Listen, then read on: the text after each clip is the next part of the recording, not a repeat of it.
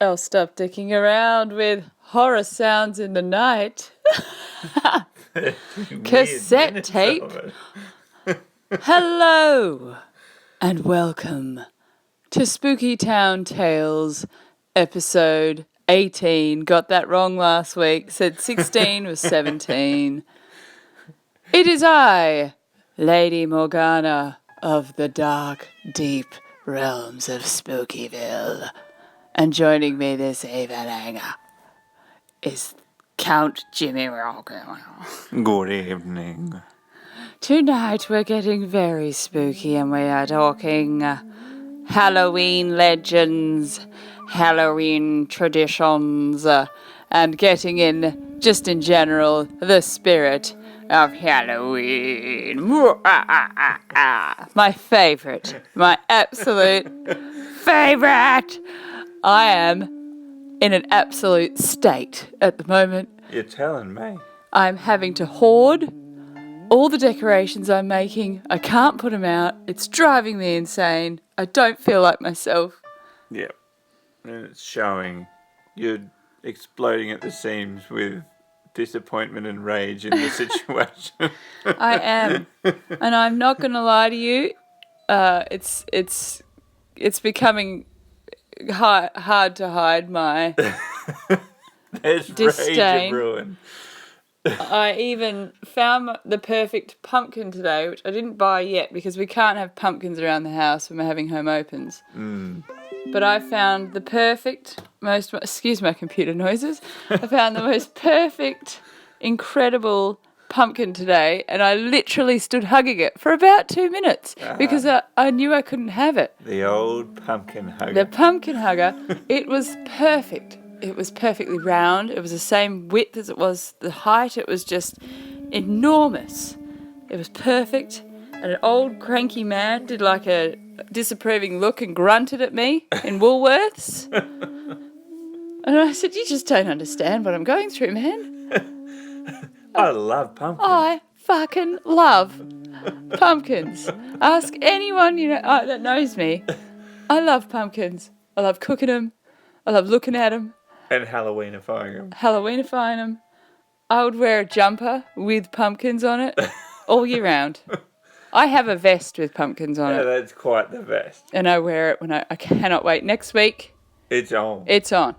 My pumpkin Halloween vest is going on and I'm starting my Halloween candy and all that preparations. Pumpkin party time. Pumpkin party time. Anyway, enough about me and my weird pumpkin obsession. Let's get on with the show. Are you comfortable, folks? Have you got a garland of bats above your head? Well, you should. Have you got a cauldron full of delicious, tasty treats? Get on it. You can get fun-size chocolates at Woolworths and Big W. Half price for $2.30 a bag right now. Get in there. I got mine today. They won't last till Halloween. No, they won't. We always have to top up. Do you have a beverage? Is it a cider? It should be. I should. Pull your socks up, folks. We've only got 2 weeks to Halloween. And then over the next 2 weeks, prepare to be spooked.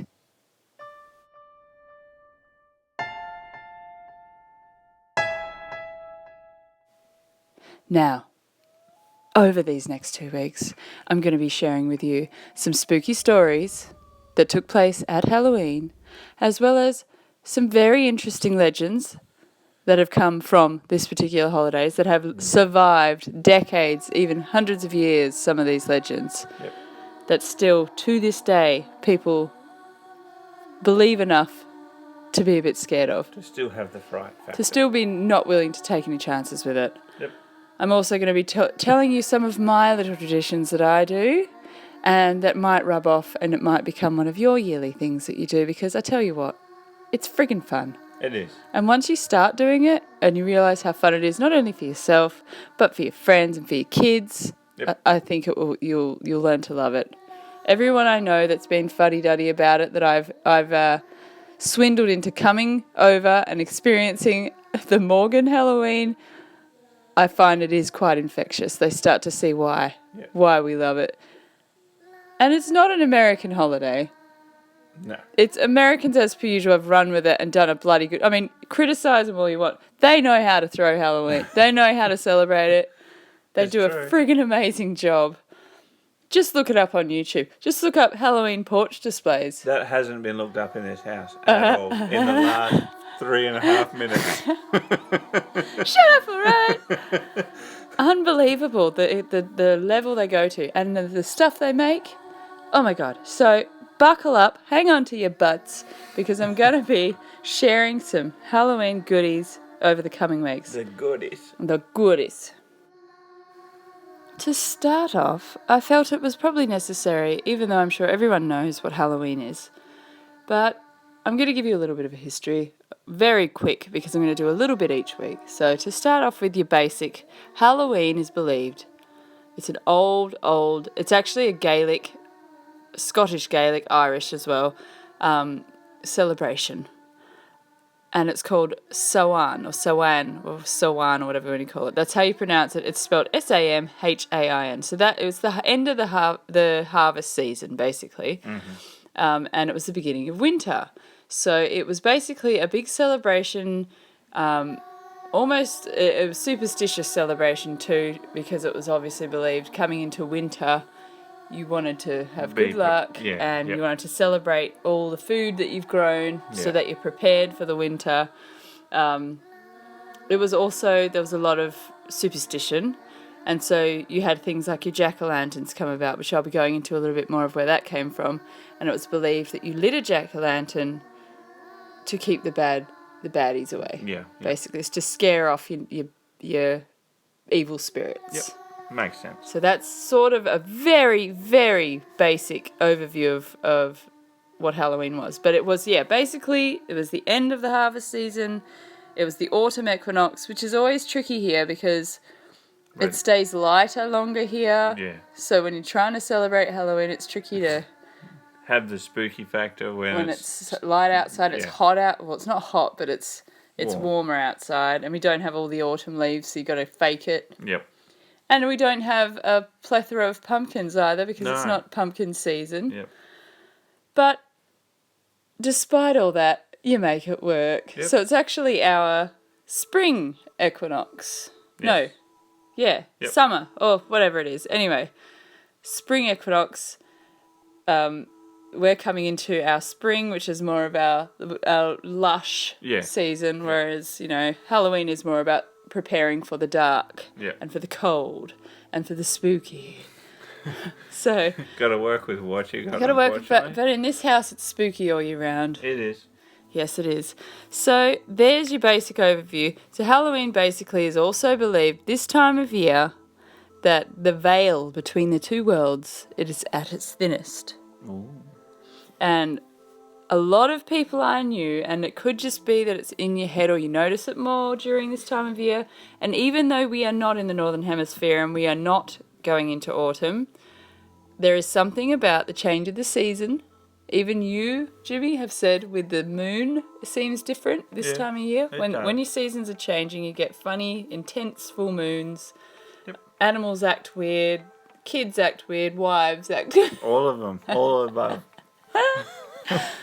Everything's affected, and this time of year I always feel a massive shift because you're coming out of your cold winter into your warm. Everything's exploding, all the flowers are blossoming. Hay fever's out. Hay fever is killing your wife at the moment.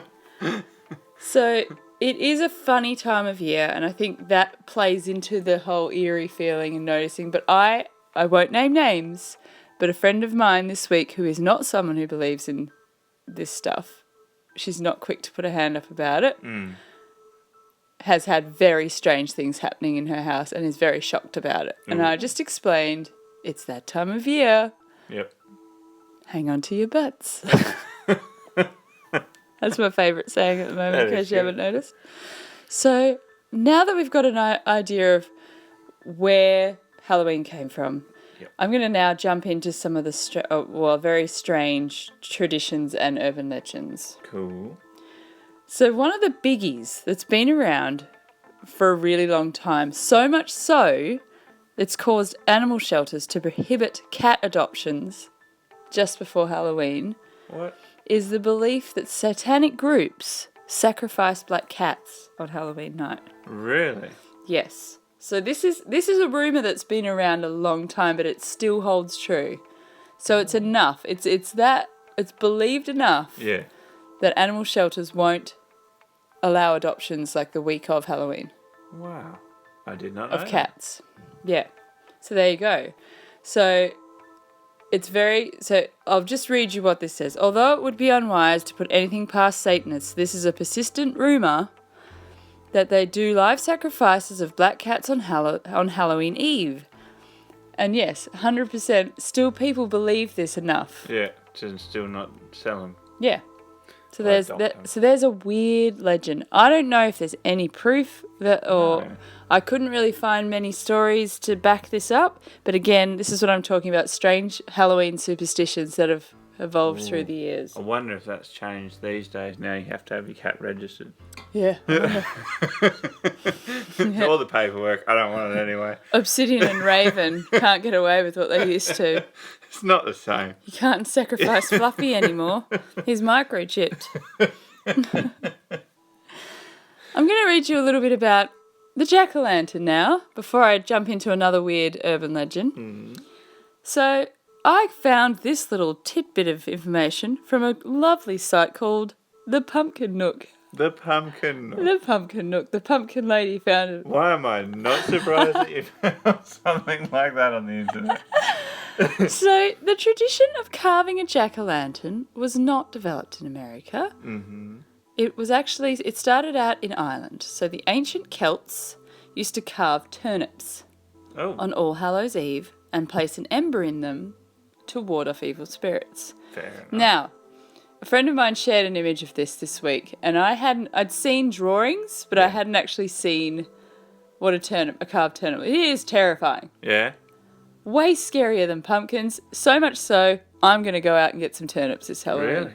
They look so creepy. Look it up. Look up carved turnip. They are so creepy. Cool. Anyway, so it was turnips that they used to use. But turnips, don't they have a full core to them?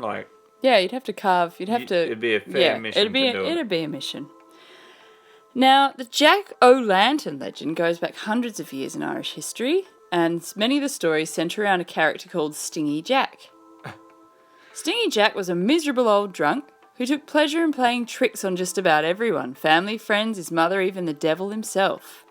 One day, so the story goes, he tricked the devil into climbing up an apple tree. After the devil climbed up the tree, Stingy Jack hurriedly placed crosses around the trunk of the tree. Unable to touch the cross, the devil was stuck in the tree. Stingy Jack made the devil promise him to never take his soul when he died. Once the devil promised not to take his soul, Stingy Jack removed the crosses, and the devil climbed down out of the apple tree. Oh. Many years later, Jack died. He went to the pearly gates of heaven and was told by St. Peter that he was mean and cruel and had led a miserable, worthless life on earth. Stingy Jack was not allowed to enter heaven. He then went down to hell, and the devil kept his promise and wouldn't allow him to enter. So, now, Jack was scared. He had nowhere to go but to wander about forever in the dark netherworld between heaven and hell. He asked the devil how he could leave as there was no light. The devil tossed him an ember from the flames of hell to help Stingy Jack light his way. Jack had a turnip with him. It was one of his favourite foods, and he always carried one. He hollowed out the turnip, placed the ember the devil had given him inside the turnip. From that day onwards, Stingy Jack roamed the earth without a resting place, lighting his way as he went with his jack-o'-lantern. Whoa. On All Hallows Eve, the Irish hollowed out turnips, rutabagas, I don't know what that is, gourds, potatoes, and beets. They placed the light in them to ward off evil spirits and keep Stingy Jack away. These were the original jack-o'-lanterns. In the 1800s, a couple of waves of Irish immigrants came to America. The immigrants quickly discovered that pumpkins were bigger and easier to carve out, thus became the modern jack-o'-lantern. Absolutely. Can you imagine carving out a beetroot? Beetroot? That'd be messy. And hard. Really hard. You think it's bad with like cuts on your hands? These don't like big pumpkins. Imagine trying to do a beetroot. You'd stab yourself in the hand constantly. Yeah, but I'm really interested. I really want to try one. I'm going to try a turnip. I think I'll start with turnips. I'm going to post a picture, you folks out there listening, of my Halloween exploits on the Southwest Paranormal page, because I am going crazy and I want you to see the outcome of my turnip carving. We'll carve anything. We'll carve anything. We'll carve your grandma if you pay us enough. Anyway. Old boots. Old boots. Lounge chairs. We'll carve anything. Oh, Jesus. Okay, back on track. Here's another really creepy legend that's come out of Halloween. Right, so there's an image circulating that has been forever of a Halloween party in the 60s. And in the image is a very scary-looking character in a black mask, staring very devilishly into the camera. It was taken in 1962, and the story goes, linked to this photo, and again, I don't know how real this is and if there's any evidence, but the plot goes that the man in the black mask in the photo was at a costume party. He decided to lock all the doors in order to attempt murdering each and every guest. 7 partygoers met their end, and the man was never caught. It wasn't until 1969 that his mask was found by the FBI. Is this true? Whoa. Who knows? But the possibility of attending a costume party and having someone locking... See, this is something I get scared about. Locking all the doors and murdering everybody. Yeah, that's... Which leads me to a real story. Oh, no. Yeah. Don't tell me it happened. It happened. So, in the US, this was I think it was the late 90s, there was this particular guy that threw a party in the town every year. He was very wealthy, wealthy parents, big house. Every Halloween went all out. Yeah. So he used to deck out the house with fake walls, like make proper haunted house things, plethora of drugs available, endless booze. So every year, it's just what you did. You go to this guy's place for Halloween. So he's throwing his usual Halloween party. It's kicking off. There's all kinds of debauchery going on. The party host and his close friend, who has relayed this story, went upstairs with 3 other of their friends and were having a bong in one of the rooms. Yeah. They've locked the door just for privacy and because it was a nightmare and they obviously wanted some space. Yeah. And downstairs they heard 2 loud gunshots and then screaming. And so they quickly quietened down to listen, then heard more screaming, and then a loud voice basically saying, "Shut up, keep it down," and screaming at them. Then another squeal, and then another shot, bang, and silence. Whoa. And so they're like, okay, what the fuck? Then the music got turned down, and like, this is wrong, something's going on. So all of them hid in the room. They've realised someone's broken in, something's going on. So while they're hiding, they hear footsteps coming up the stairs. 3 sets of heavy boot footsteps. Yeah. Then they hear rattling at the door. and then they hear someone throwing themselves at the door. And then they hear 3 gunshots shooting out the lock on the door. They know there's someone in there. Yeah. So they come in. All of them are shitting themselves, obviously. And in the end, the host gives himself up, comes out, and says, "What the fuck?" Like, what's happened? Obviously feeling very guilty that something's going on. He doesn't know what he's going to see. Yeah. So he goes downstairs with the guys to show them where the money is. So basically these 3 guys had broken in. Yep. They were all in fedora hats and V from Vendetta? The mask with the moustache, all had the same mask. Yeah. And as he went down the stairs with them, he saw 2 of his friends dead. What? They'd shot a girl and a boy. So 2 of the party guests had already been killed. The rest were all terrified and huddled in the corner. They ended up taking all of his valuables. All the party guests had to give all their money and wallets and everything that they had, and then they left. What the hell? Yeah. That's a good way to wreck a party. Yep, and the guy who hosted the party was so riddled with guilt, he fell into deep depression and died of a heroin overdose the following year. Jeez Louise. Because he couldn't live with himself. Yeah, understandably. So it happened. Holy smack. That's ridiculous. And because it's a party, this is the thing. The door's open. Yeah. 3 guys coming in costumes. You don't know if they're baddies. Exactly. You let them in. Could be your mates.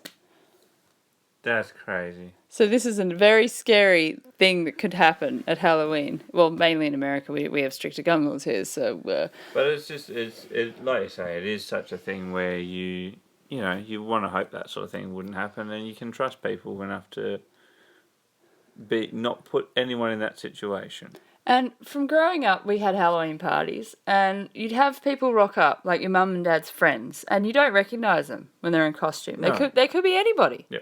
So anyone could be just wandering into your house. And we had gate crashes a few times at our parties. We had to have security for 1 year because it was the Girraween High year. So we had Uncle Marty and Dad. And we did have a bunch of gang members rock up. Yeah. That was a bit scary because it was Girraween. Yeah. Well, we were in Marangaroo, but most of the kids at the party were Girraween High kids. Yeah. So they had... every time there was a big party, there'd be the risk of... something. Because word would spread. Yeah. But it is something that's quite frightening about, grown-up Halloween parties because you can't really tell who people are, especially if they're wearing masks. Exactly. Yep. So be wary if you're throwing a Halloween party. Of course. Tell them to take their masks off before entering your house. Find out who they are before you let them into your safety zone. Yeah.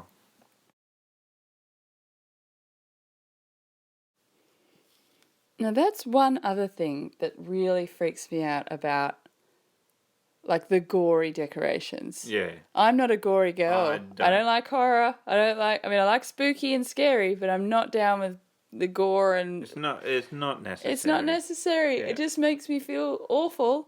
And that's what scares me big time, to the max.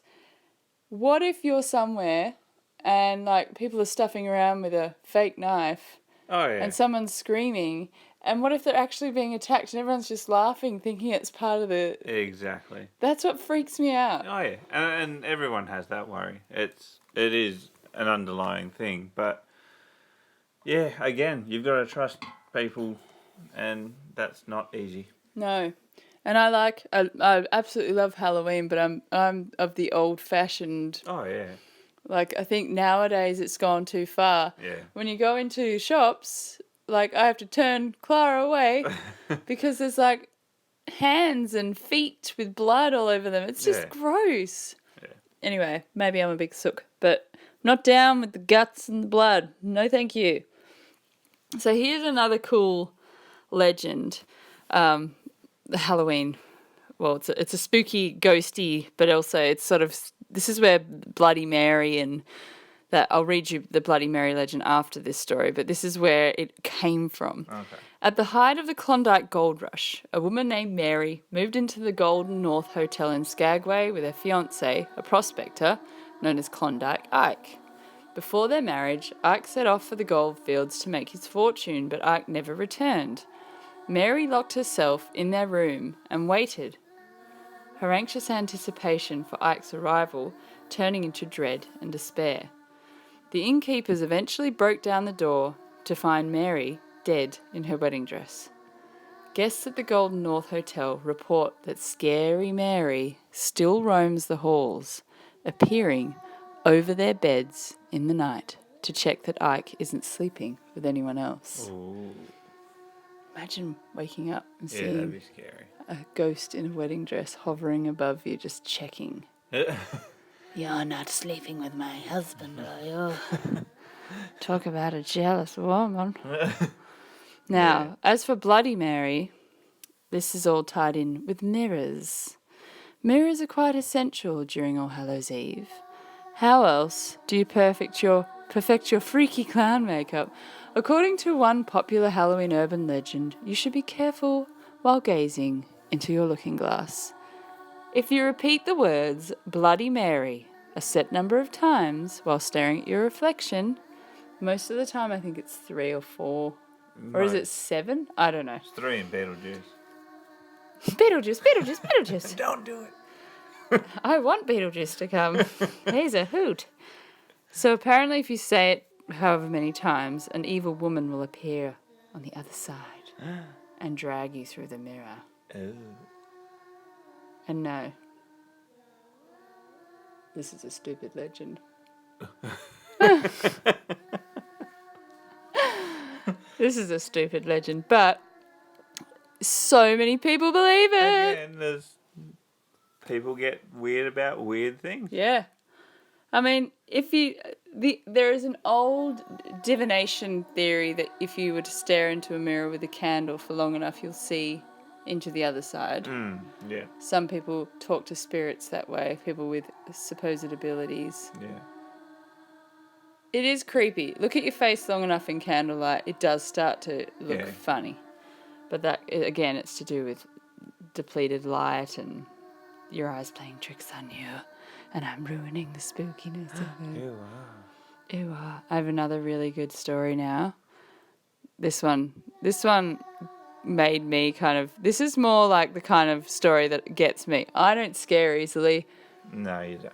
But this is the sort of thing that I was like, because That's what that noise I'm was. a rational person. I'm a rational person. So this took place at Halloween. Again, this was an American story. Send me some of your stories, folks. I'm sick of having to read overseas ones. We need some local ones. Yeah, they'll rock up. They'll rock up. Come on. Pull your some socks up. effort in. Anything weird ever happened to you at Halloween? I want to hear about it.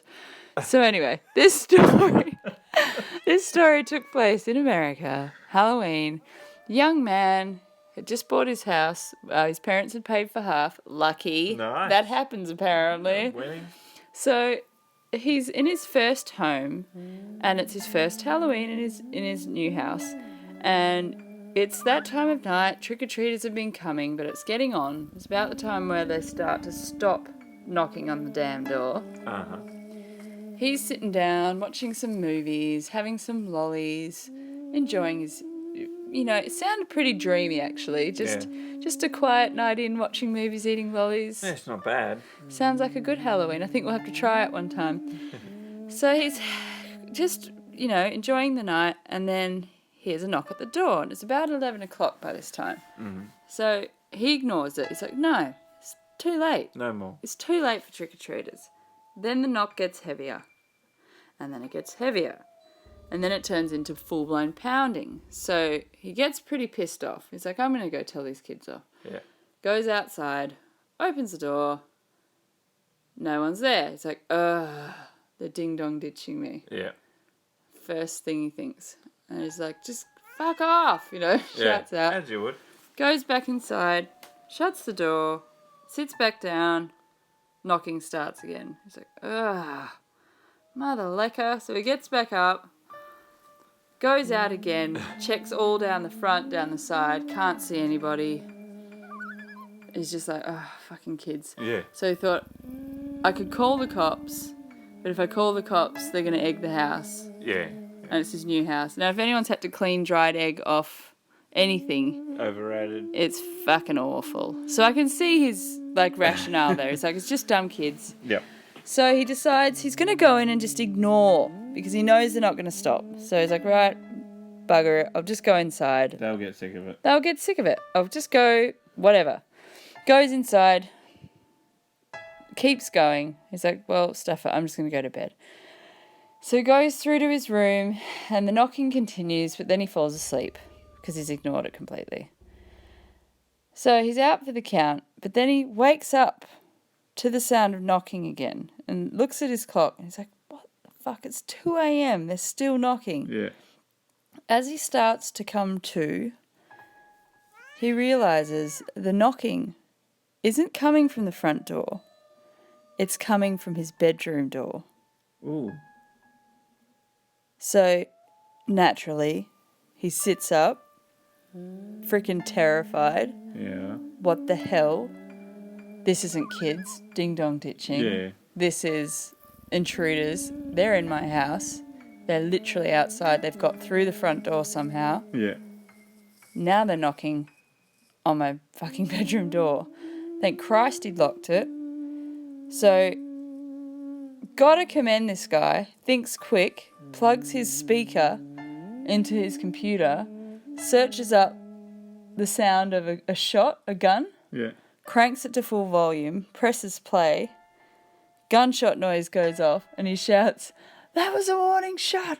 If you don't get the fuck out of my house, I'm going to put a bullet in your head." To which he hears 2 sets of footsteps swiftly run out the front door and out of his house. Whoa. So he gathers himself, gets brave enough to open the door, run to the front door, shut it and lock it, and then he calls the cops. Whoa. Holy smokes, man. That's pretty persistent to go for 4 hours 4 hours. and then decide to go into the house. Mm-hmm. Yeah. And what freaked him out was there was nothing stolen. There was nothing broken. That'd be freaky as hell. How terrifying is that? Too much, man. Yep. Sleep well, my children. See, they're the ones that get me. Yeah. The ghost ones, not so much. But those ones, Yeah. crazy people ones, Yeah. Not cool. not cool. I'll tell you a quick story about a weird thing we had happen with a crazy person in this house. Which one? Jimmy, We've had a lot of crazy people. We still do.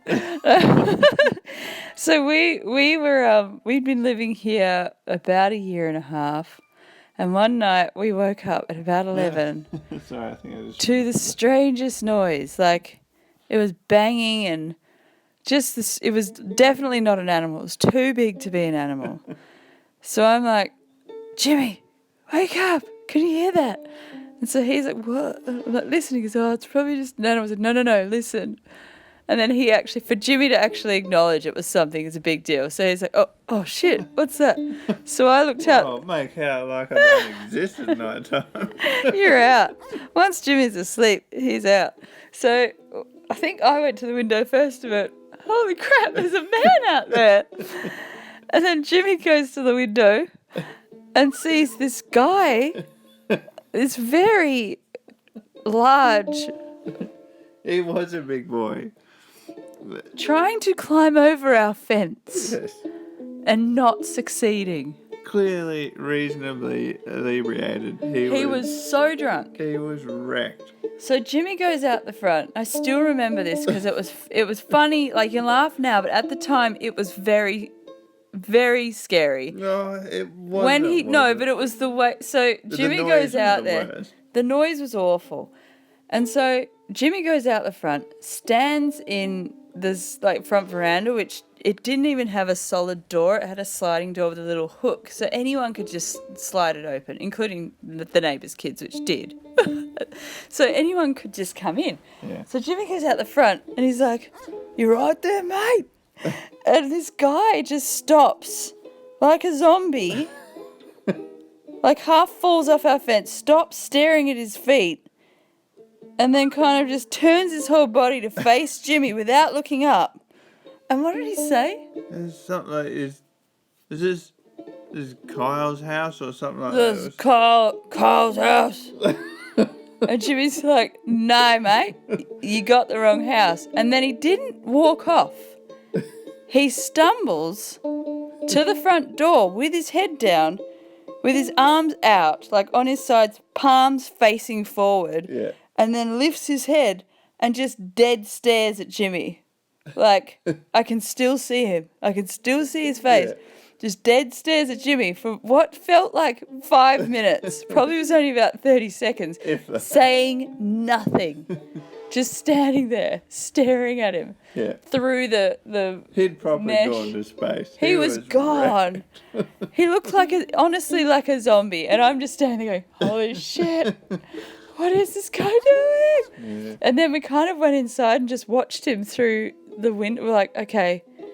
And then you're like, yeah, go on. Off you go, mate. And then we went inside and just watched him stumble up the road. And I don't know what happened to him, but... It was a good effort for being as erect as he was. But to why get was on he the trying to climb the fence? Because it was his mate's house. If it was his mate's house, knock on the fucking door. Trying to climb our fence. What the hell? Yeah, it was funny. It was funny. It was funny, but it was friggin' weird. It's not nice. Not a nice thing to wake up to.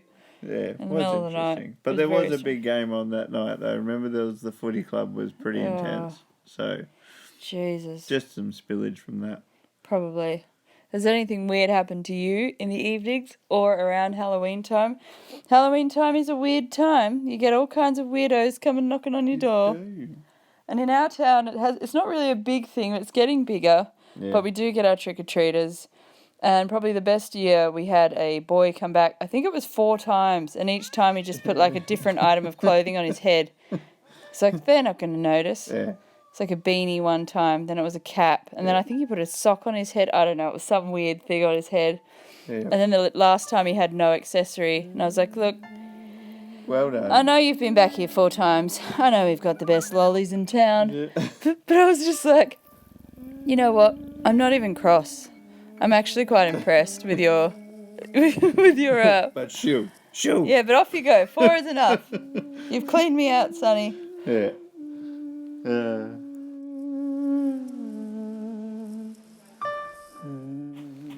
Speaking of trick-or-treaters, another very, very long-lasting, profound legend that exists at Halloween time is the whole fear of poison candy. Did you... Oh, you didn't grow up with No, I Halloween, so you didn't. wouldn't know this. No. I remember being terrified. I remember knowing of Halloween and understanding what it was about, and even then knowing that there was a fear of poison candy.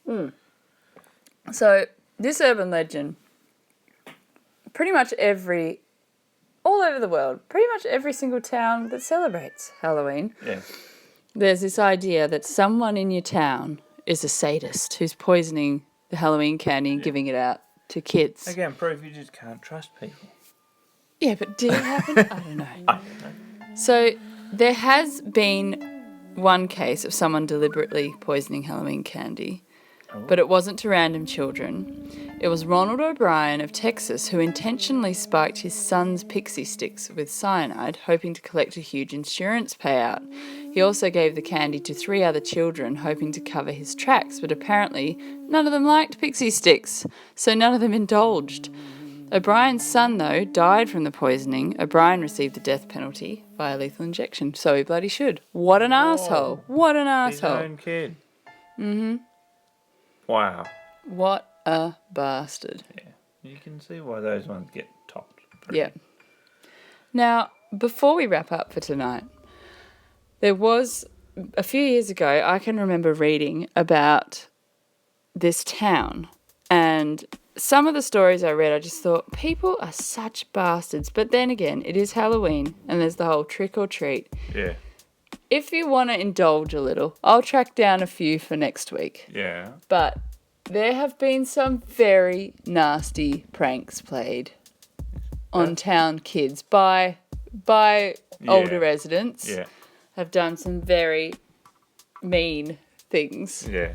And one of the ones I can recall was some older gentlemen luring younger children Yeah. and pretending they were going to murder them. No, they weren't actually going to murder them. Yeah. But basically like a Texas Chainsaw Massacre kind Enough of thing. to scare the absolute Locking them in a bejesus out thing, of chainsaws, chasing them. They weren't ever going to actually hurt them, but it's enough to, yeah. them. It's enough to scare Yeah. So, have you ever had a town jerk who plays mean pranks? Yeah. If you have any stories like this, send them to me over the next few weeks for our Halloween specials. you. Yeah. I'm going to be bringing you some pretty cool ones. I'm on the hunt and I'm digging up some pretty good ones. Cool. So send them on in and I shall share with you what I find in my travels. Awesome.